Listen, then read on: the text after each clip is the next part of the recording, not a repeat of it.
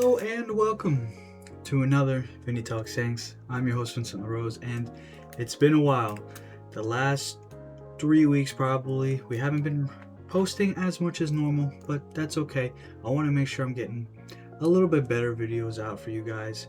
I've spent a lot more time on the scripts for these videos instead of just, sitting down and kind of babbling on and on. But today, we are going to get into my top 7 most exciting Yankees to watch for the 2026 season. I am very excited for this video. I put a lot of work into this video. I have a full script for it, so hopefully it comes out well, and I hope you guys enjoy. But let's get right into it. If you want a shorter version, maybe that less detailed, if you go to my TikTok, my Instagram, or my Facebook, all of them are Vinny Talks Yanks. It's still listed in order from 7 to 1 if you go back farther.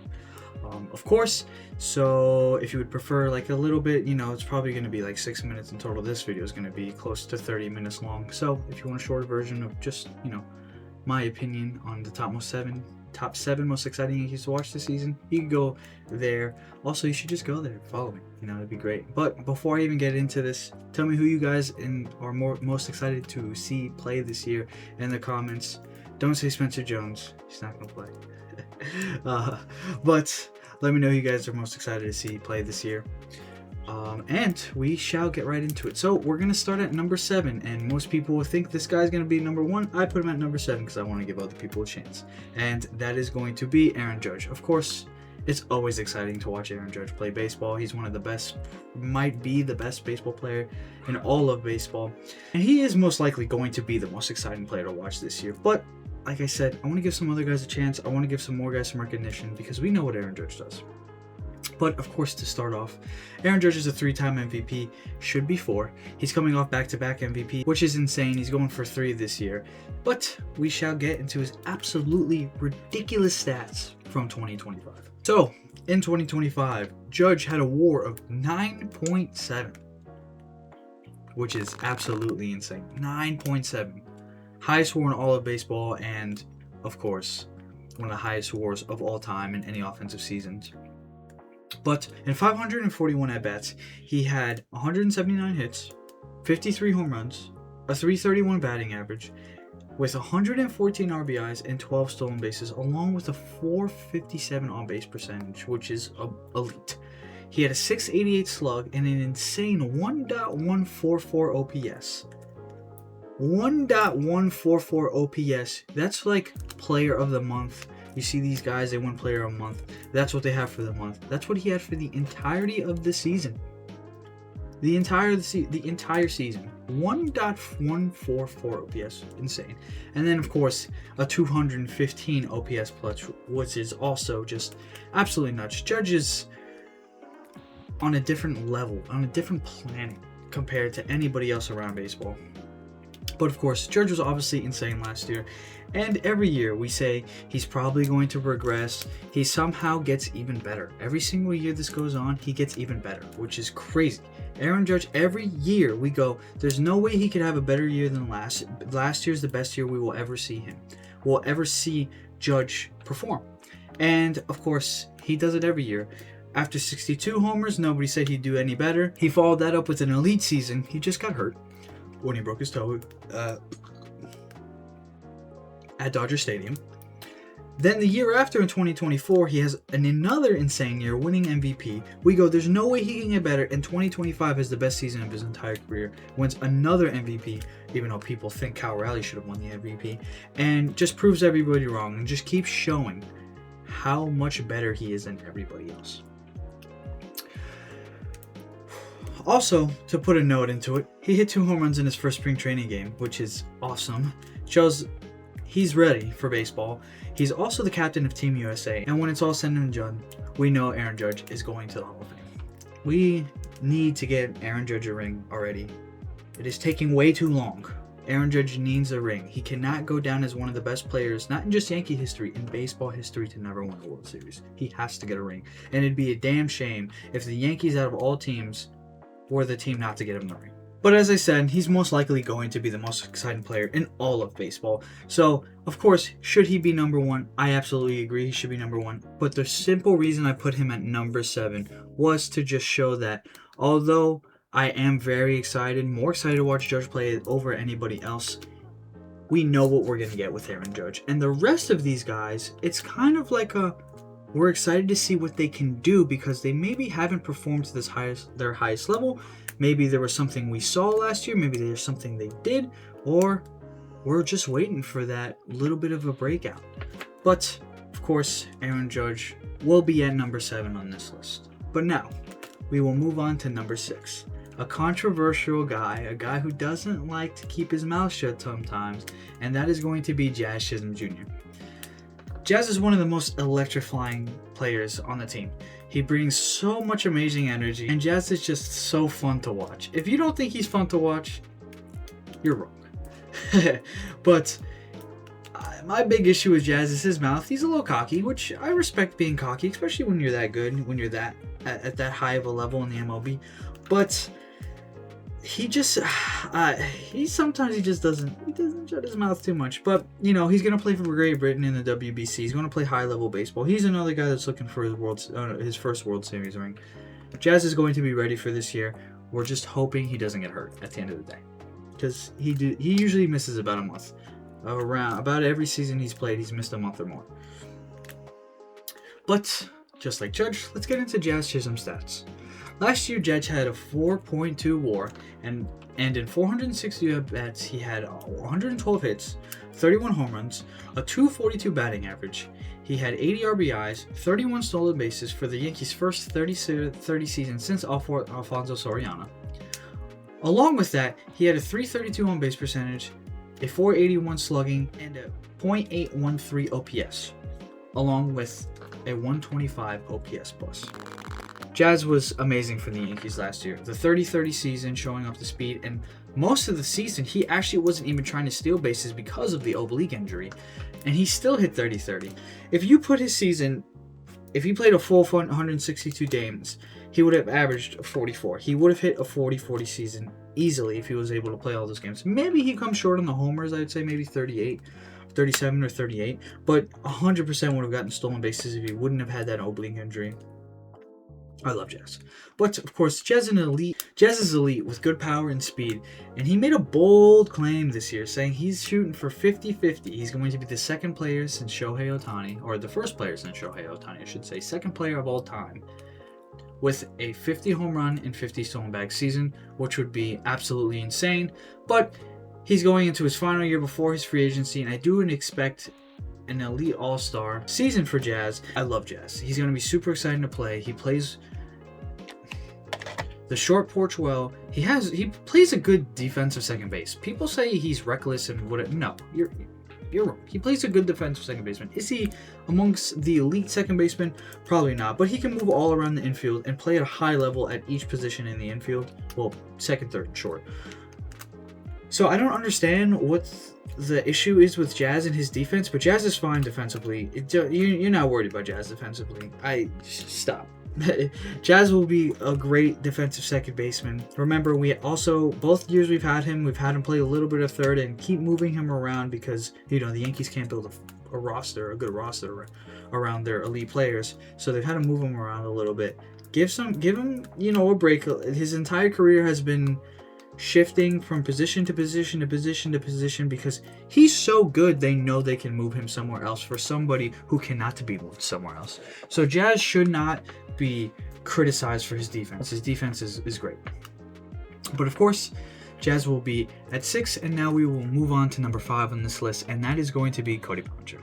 As we all know, Cody Bellinger got a massive deal with the Yankees this offseason, with it being for 5 years, $162.5 million with an opt-out after the 2027 and the 2028 season. Of course, the 2027 season, in my opinion, really doesn't matter because it's probably going to be locked out anyways. I'd be surprised if they played a single inning of baseball in 2027 with all the rumors going around, but we shall see. Of course, I'm really excited to see Bellinger play and see what he can do, especially coming off this massive deal. They have the opt-out in 2027 and 2028, like I just said, which means Bellinger is still going to want to play elite baseball. There's not going to be he got his contract, blah, blah, blah. He still wants to play elite baseball because after 2 years, he can go and get another $160 million contract if he plays 2 amazing seasons with the Yankees. I can almost promise you somebody will give a 33-year-old Cody Bellinger another 4 to 5 year deal if he has 4 straight really good, honestly, elite seasons, because he played amazing last year. We'll get into the stats right now. Bellinger's stat line for last year was really good at the end of it, and he started off really slow in April. Ended the year with a 5.1 WAR, and in 588 at-bats, he had 169 hits, 29 homers, a 272 average, along with a 98 RBIs and 13 stolen bases. He would have a 334 on-base percentage, a 480 slugging, and an 813 OPS, along with a 125 OPS plus. And remember, Cody Bellinger started off the season very bad. He had an awful start to the year. It was not good. The first month was awful. The trade looked horrible. And of course, he prevailed. Along with Cody Bellinger's year last year, he brings a ton of postseason experience with a World Series ring. He has an MVP. He was Rookie of the Year. Cody Bellinger's the real deal. Yes, in the middle of his career, did he struggle? Did he have to find himself again? But he turned himself into a home run and bust guy, into a guy who could put the bat in the ball, continue to play elite defense. He's one of the best defensive outfielders in all of baseball to go along with his bat. He steals bases. Cody Bellinger's a 5-tool player. We all know that. It was about the consistency. It was he couldn't stay consistent his entire career, and that's really why he had to, I don't want to say downsize to a 5-year, $162.5 million deal, but that's why he had to go there. If even one of those years in that 3-year span of the big struggles with Cody Bellinger was elite like he's had in the past, he would have gotten at least $200 million. I can guarantee that. I can guarantee you that. And it wouldn't surprise me if Cody Bellinger was an all-star once again, and I don't want to say MVP voting because I don't think he's going to get there, especially with, the best player of baseball being on his team. But it wouldn't surprise me if he got like 1 or 2 MVP votes, puts him in like the 12th or the 13th spot. Just because of how good he is defensively along with his bat. I'm very excited to see what Cody Bellinger can do this year, and that is why he lands on my number 5 spot. Next on the list, to start the number 4 spot, it is going to be one of the first 3 pitchers of this list, and it will start with Gerrit Cole.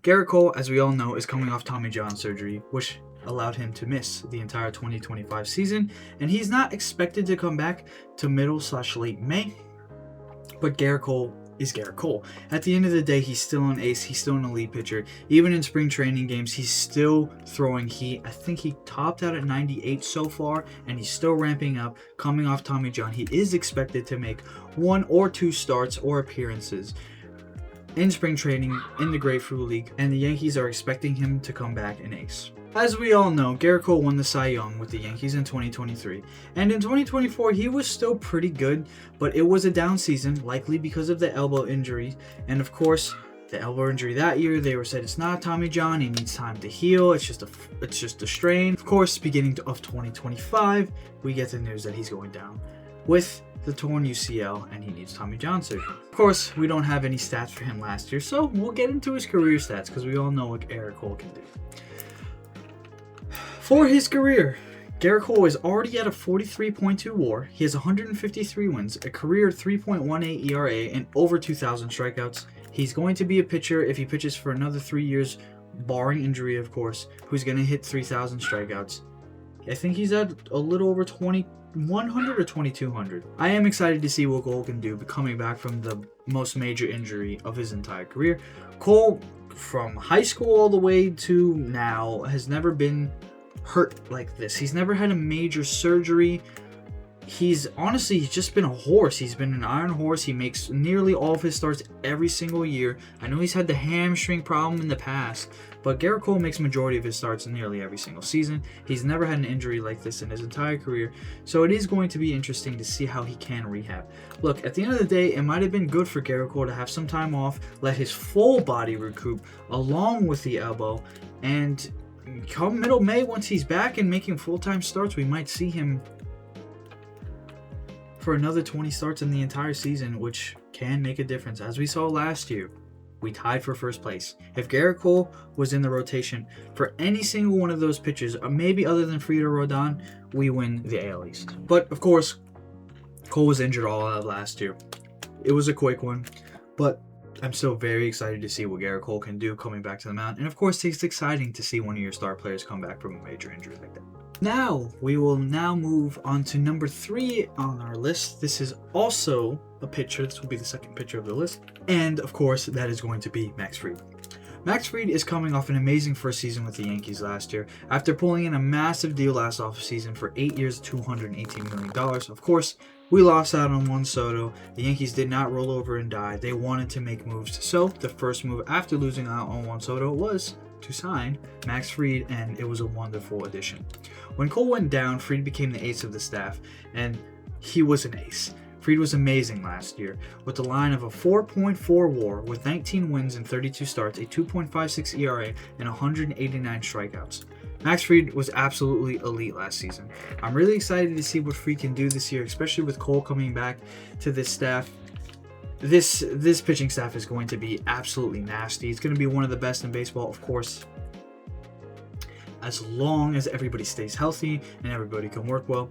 Max Fried was in Cy Young talks for a good part of the season until he had the blister issues on his hands, and then he had that 6 or 7 game stretch where he struggled quite a bit. It started with the Dodgers, and it really seemed like the blisters were bothering him. He had to skip out on the All-Star game start because of the issue. He ended up letting Tarik Skubal be the All-Star game starter, and it kind of hurt Max Fried a little bit. I will say this, if that weren't to happen to him, I do not think he would have won the Cy Young, as I think Tarik Skubal and Gerrit Cole got even stronger as the season went on. But I do think we would be looking back at the season going, wow, he just had a 5 WAR, 22 win season with a sub 2.2 ERA in that range, because a lot of his ERA was gained during that 6-game stretch where he gave up a ton of runs to the Dodgers, and I believe there was a start with the Blue Jays where he struggled a lot, but I'm not 100% positive.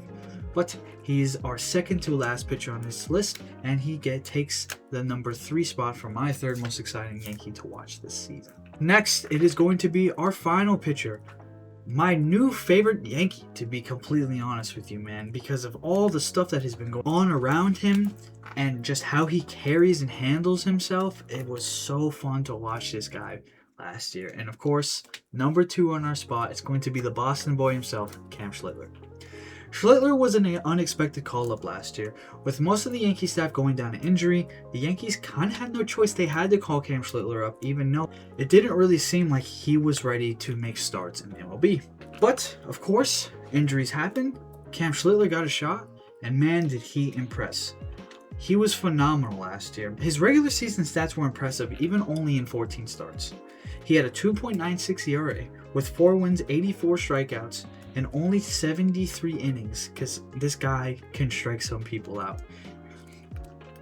But where Cam made a name for himself most, not only for the Yankees but in baseball, is with his 2 elite postseason starts, some of the best starts we have ever seen in the postseason.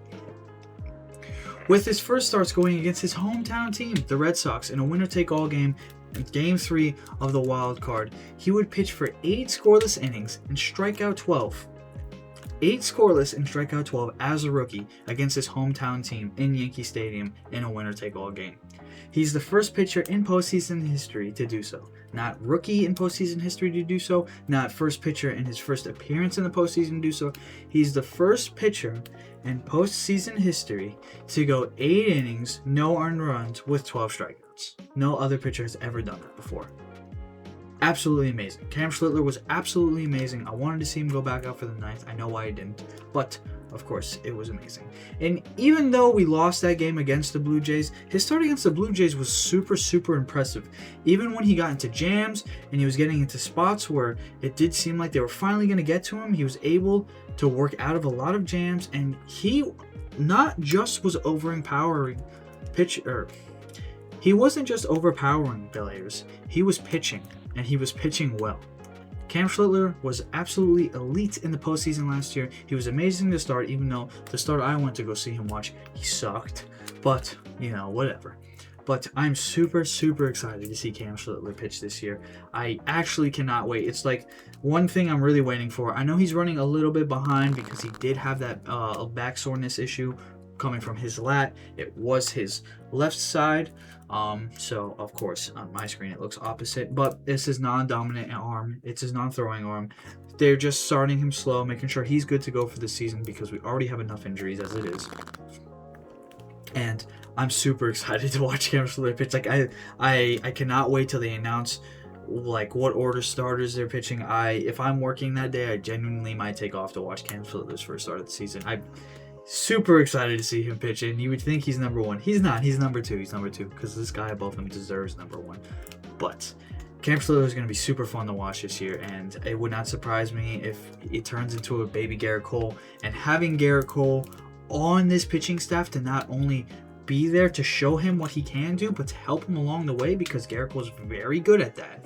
It makes it only that much better. Cam Schlittler is going to be an elite baseball player for years to come, and you know, I'm super excited. I can't wait. So of course that leaves Cam Schlittler at the number 2 spot, which only leaves one spot to be left, and that is going to be the Dominican man himself, Ben Rice. Of course, Ben Rice not Dominican. He speaks Spanish. It's a funny joke. They call him the Dominican. They call him Ben Arroz, which is hilarious. But Ben Rice, I love Ben Rice. When Ben Rice first came up, I had no idea who he was. I didn't even know this guy was in our system, to be completely honest with you guys. When he first came up in 2024, I saw him as a guy who is going to be just yet another Yankees low-end prospect that just makes a couple starts here and there. Because the Yankees have injuries, he's going to fill some spots in, and he was a left-handed bat. So there's a possibility of home runs, which is really all Ben Rice did his first season, his rookie career, his rookie season. He didn't hit for average. He just hit a decent amount of home runs in a short period of time, and he showed a good amount of potential, but you could tell the defense was not there at first base. I don't believe he caught in his rookie season, but of course catching last year, you can just tell the defense is a little lackluster. But coming into spring training last year, it like flipped a switch. He came in with way more muscle, he came in stronger, he came in swinging the bat faster, and he came in hitting the ball harder than he ever has. Ben Rice had one of the highest average exit velocities last year. He had one of the highest average swing speeds last year, and he crushed the ball last year. Of course, his defense is poop, and they've been working on it, and I really, really hope they can, figure that out, because he's going to be the starting first baseman. The Yankees have already announced Ben Rice is the guy. Ben Rice will be the starter. Even after re-signing Paul Goldschmidt, Goldschmidt will be in a platoon role to go against left-handed pitching. Ben Rice is going to get majority of the starts, and I think Ben Rice absolutely deserves it. Remember, Ben Rice can technically all still catch. I don't think they're going to want him to catch too much, but if there is a scenario where Wells is struggling against lefties and Rice has shown that he can stay in there and put in good at bats against left-handed hitters, it could be a scenario where Ben Rice is playing nearly every single day. Also remember, we're expecting Stan to get hurt at some point, so once he does get hurt, Ben Rice can easily slot into that DH role, so you can have the best defensive positioning on the field for the entirety of the game as possible. Of course, Judge is going to get his fair share of games in DH the second Stanton goes down, but Ben Rice is expendable at the catcher position. Although, yes, it might not be great defensively, you still have the opportunity to always just make a defensive change later in the game with Austin Wells. But we'll get into Ben Rice's stats last year, which were amazing. Ben Rice had a 2.3 WAR, which seems low, but he did not play as much as people think. He had 467 at-bats. In those 467 at-bats, he had 119 hits with 26 homers, a 255 average. He would knock in 65 RBIs with 3 stolen bases, which is funny. A 337 on-base percentage and a 499 slug with an 836 OPS and a 131 OPS plus. And I want these numbers stand out to me for one specific reason. Of course, you look at 255 average, 65 RBIs, only 119 hits. His on-base percentage is 337. He has a 499 slug.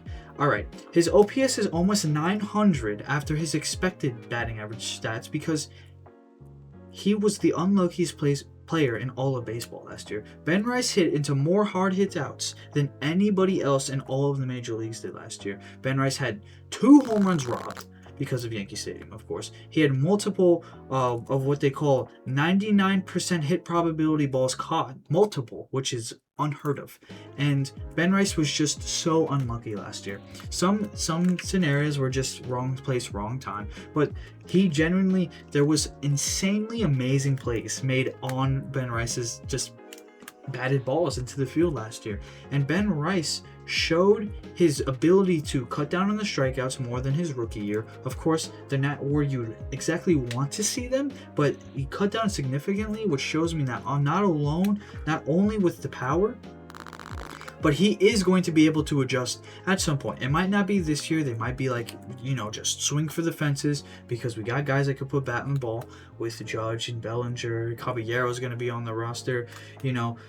Jazz can be a guy like that, even though he probably won't. Grisham can be a guy like that, although he probably won't. But Ben Rice is going to be swinging for the fences. Ben Rice is going to be swinging as hard as he can, and that's exactly why Ben Rice is number 1 on my list. It would not surprise me not one bit if Ben Rice absolutely exploded this year. He came out and he really showed who he was, and it would not surprise me at all if Ben Rice became the Yankees' future first baseman for a really, really long time, because he has the tools, he has the abilities, he just has to put everything together and get a little more lucky. But unfortunately, that's baseball sometimes. But as I said before, I'm super excited to see Ben Rice play this year. He's another guy I'm really going to be watching closely, because I really do believe he can just really break out this year, even more than he did last year, and show people around baseball who he truly is. But that will do it for this list. Thank you everybody for watching this video. If you're on the YouTube side or if you're listening on the podcast side, I appreciate every single last one of you. Every view, every like, comment, it always helps me, and I really want to do this full time. So I appreciate all of you. I hope everybody has a wonderful day, and as always, go Yankees.